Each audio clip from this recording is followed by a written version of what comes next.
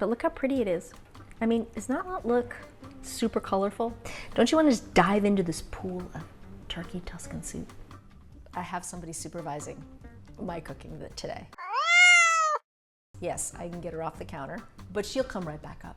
What can I do for you, dear? Can you get off the counter while I make the soup? Come on, my love. Okay. Anyhow, we are making a Tuscan turkey soup. After Christmas and after the holidays, I feel sometimes like something warming but nice and light. So I eat a little cleaner, I eat a little lighter, and soups to me in January are sort of a godsend. I love making this Tuscan turkey soup. It's got lots of colors and lots of flavors in it. All right, so we're just gonna start by chopping up some fennel, and we're also gonna chop up some carrots, some celery, the onion, basically all of the things we need. And you know what, you could also freeze this soup. So sometimes what I do is I eat a little bit and then I freeze some of it in case I'm gonna go out to dinner or I'm busy or I'm traveling, and then when I come home, I have a little bit of soup that I can defrost. Light, quick meal that is very nourishing and makes you feel good. Some fun plans for 24? Well, I'm gonna have sinus surgery, super sexy. I think 24 is gonna be really busy, actually. I'm opening a restaurant in Scottsdale, end of February, beginning of March. We're still sort of debating that. I'm shooting photos for my new cookbook that comes out in 25. I mean, there's a lot going on. I really wish I could get to Japan. I thought maybe I was gonna take Jade for her 16th birthday, because Jade turned 16 this year. Crazy. It's a little bit different for everyone, but for me personally, not booking appointment after appointment after appointment, or Zoom after Zoom after Zoom all day long, and giving myself, first of all, a break for lunch, which I usually don't do, and breaks in between, not looking at my phone first thing in the morning. So that's why I say it's very personal. It's different for everyone. Everybody likes different things. When it comes to food, I always think like you don't have to cook everything. You really don't. You can assemble things. It's crazy how much you can assemble. You know, when I'm taking it easy in January, I am thinking more things like a simple soup or a caprese salad for dinner, and I toast some bread. Sometimes it's eggs for dinner. My mom used to make lots of frittatas for dinner. Take the pressure down a notch and just don't expect so much from yourself. And I think it just allows you to breathe. That's it. That's all. Back to my onion.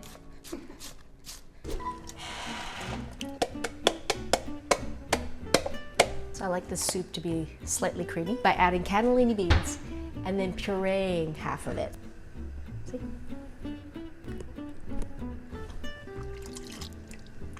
A little bit of chicken broth, half a cup. So now I take my immersion blender, fancy schmancy, and we're gonna puree it. And it creates a nice little cream sauce without using any kind of cream or milk. In Italy, they do this a lot. We eat a lot of beans. My family used to make a lot of lentil soups and puree half the lentil. All right, so I took my bean puree out of the pan so I could use the same pan to start browning the turkey. You could definitely just puree the beans directly into a food processor. You could definitely take the beans, put them in a blender, just leave them in there until you're ready to use them. I just like to heat up my beans a little bit first. More flavor, but you don't have to do that. It's still gonna be delicious. I'm gonna add a little bit of chili powder to it, just to warm it. Not really spicy, I don't know, like a warm hug. So you wanna add spices and different herbs and vegetables and all the stuff that make it feel really like hearty. We're gonna add a little bit of salt to the turkey, and we're gonna brown this baby right up. And we're gonna add a bunch of veggies, broth, more beans, some tomatoes. It's good stuff. So, turkey is cooked, it's browned. I added all the veg, plus the herbs like the thyme. And now we're gonna add the pureed beans to thicken it, make it creamy. A little chicken broth.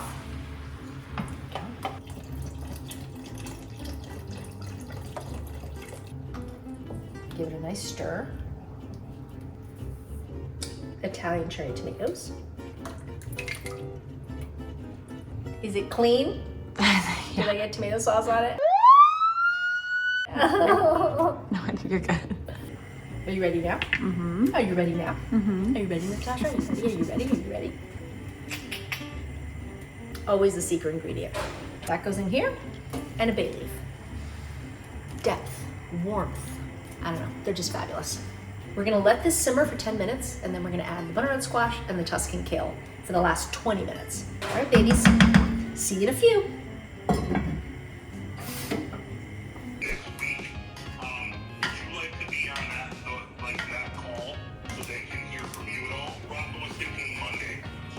Well, Talk to Mary Grace. So my whole thing about Italian way of like wholeness, more serenity in my life is not juggling 3 things at one time. So shooting, making this Tuscan soup for giadzy, talking about opening Scottsdale, then another dinner that has to happen. Like that is what I like to not do, because usually that is my life. Switching gears back and forth and back and forth. Sometimes we just need a little. But that is the lifestyle that you can have when you're in Italy, and that is the culture. Not to say we don't work hard, because we do, and we do juggle a lot of things, but it's a little bit slower than it is here. Here we go with all the kale. Look at that. The spot's gonna be full. Oh, the squash. I think the important thing is to use lots of different colors of vegetables, because that's what's gonna make it hearty and it's gonna make it taste that good. The more colorful your food is, the better it is for you. I might add a little bit more broth just to cook all of this down. This is gonna cook another 20 minutes. The last of the beans. Now, when I have more time, I like to like soak my beans and cook my beans and give them lots of flavor. But sometimes life gets the best of me and I have to use organic beans that are already cooked and, you know, chicken broth that is already done. You can see, look at that parm. The parm, look at that, it's starting to melt. You can see that, look at that. So good. 20 minutes, baby. See you in 20. All right, so it's cooked for 20 minutes, an additional 20 minutes. So like in totality, it's more like 40 minutes. We're taking this little baby out, the bay leaf, but look how pretty it is. I mean, does that not look super colorful? Don't you want to just dive into this pool of turkey Tuscan soup? Now, Parmesan cheese rind, you can leave it in and you can eat it, or you can pull it out. I can't even find it right now. It's definitely in here, but I think a lot of it melted into the soup. I guess it's staying. I topped it with a little bit of Parmesan cheese and a drizzle of extra virgin olive oil, because to me, that's what makes the perfect thick Tuscan soup. And that's what they do in Tuscany. It's thick and flavorful and so comforting. It's like a giant hug from all of these veggies. And I love having a little bit of bean in there because it makes it nice and creamy. And it gives it like that starchy, as if there were pasta in it. Honestly, it's a bowl of Tuscan heaven. Don't know how else to describe it. I think you're gonna love it.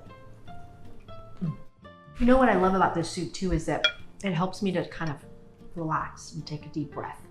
And I think that's the key for January. Relax, take a deep breath, exhale, do whatever, you know, is important to you. Whether that's a comforting bowl of soup, a walk with your dog, hanging out with your friends and family, or just chilling. Well, I hope that you join us in embracing the Italian wholeness way of life. And I would love to know how you guys enjoy a simpler life, or how can you integrate a little bit of a simpler life in 2024. I hope to hear from you guys. Enjoy. I love the heat. The heat in here is actually kicks up all the flavors. Bye-bye.